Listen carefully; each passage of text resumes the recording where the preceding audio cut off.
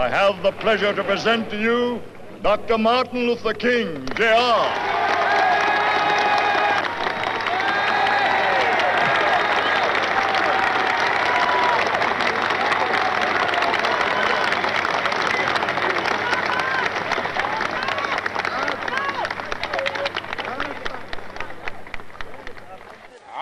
Happy to join with you today in what will go down in history as the greatest demonstration for freedom in the history of our nation.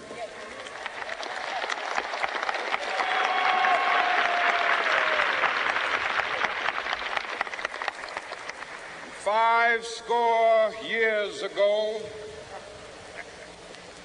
a great American in whose symbolic shadow we stand today signed the Emancipation Proclamation. This momentous decree came as a great beacon light of hope to millions of Negro slaves who had been seared in the flames of withering injustice. It came as a joyous daybreak to end the long night of their captivity. But 100 years later, the Negro still is not free. 100 years later, the life of the Negro is still sadly crippled by the manacles of segregation and the chains of discrimination.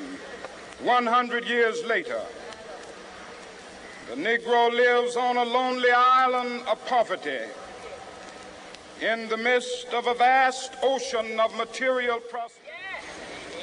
This nation will rise up and live out the true meaning of its creed. We hold these truths to be self-evident, that all men are created equal.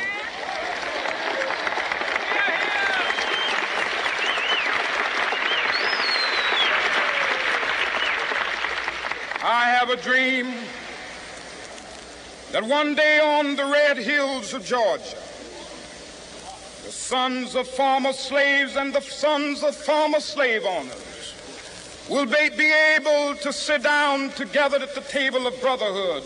I have a dream that one day,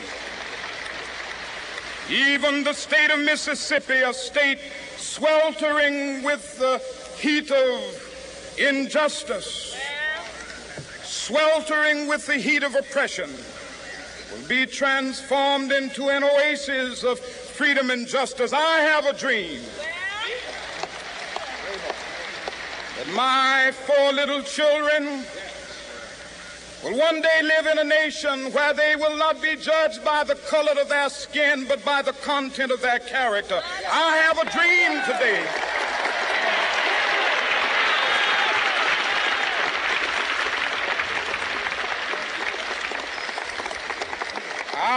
a dream that one day down in Alabama, with its vicious racists, with its governor having his lips dripping with the words of interposition and nullification, one day right there in Alabama, little black boys and black girls will be able to join hands with little white boys and white girls as sisters and brothers. I have a dream today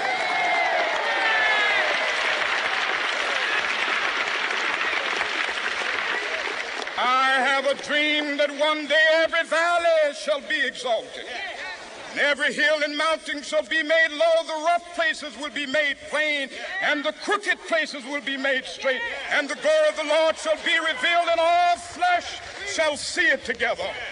This is our hope. This is a faith that I go back to the South with. With this faith, we will be able to hew out of the mountain of despair a stone of hope. With this faith, we will be able to transform the jangling discords of our nation into a beautiful symphony of brotherhood. With this faith, We will be able to work together, to pray together, to struggle together, to go to jail together, to stand up for freedom together, knowing that we will be free one day. This will be the day.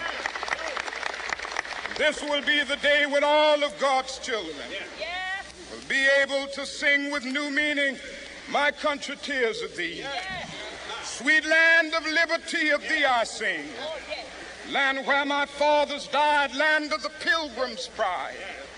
From every mountainside, let freedom ring. And if America is to be a great nation, this must become true. And so let freedom ring. From the prodigious hilltops of New Hampshire, let freedom ring. From the mighty mountains of New York, let freedom ring. From the heightening Alleghanies of Pennsylvania, let freedom ring. From the snow-capped Rockies of Colorado, let freedom ring. From the curvaceous slopes of California. Not only that, let freedom ring from Stone Mountain of Georgia. Let freedom ring from Lookout Mountain of Tennessee. Let freedom ring from every hill and molehill of Mississippi, from every mountainside. Let freedom ring. And when this happens, when we allow freedom to ring, when we let it ring from every village and every hamlet, from every state and every city, we will be able to speed up that day when all of God's children, black men and white men, Jews and Gentiles, Protestants and Catholics, will be able to join hands and sing in the words of the old Negro spiritual. Free at last, free at last. Thank God Almighty, we are free at last.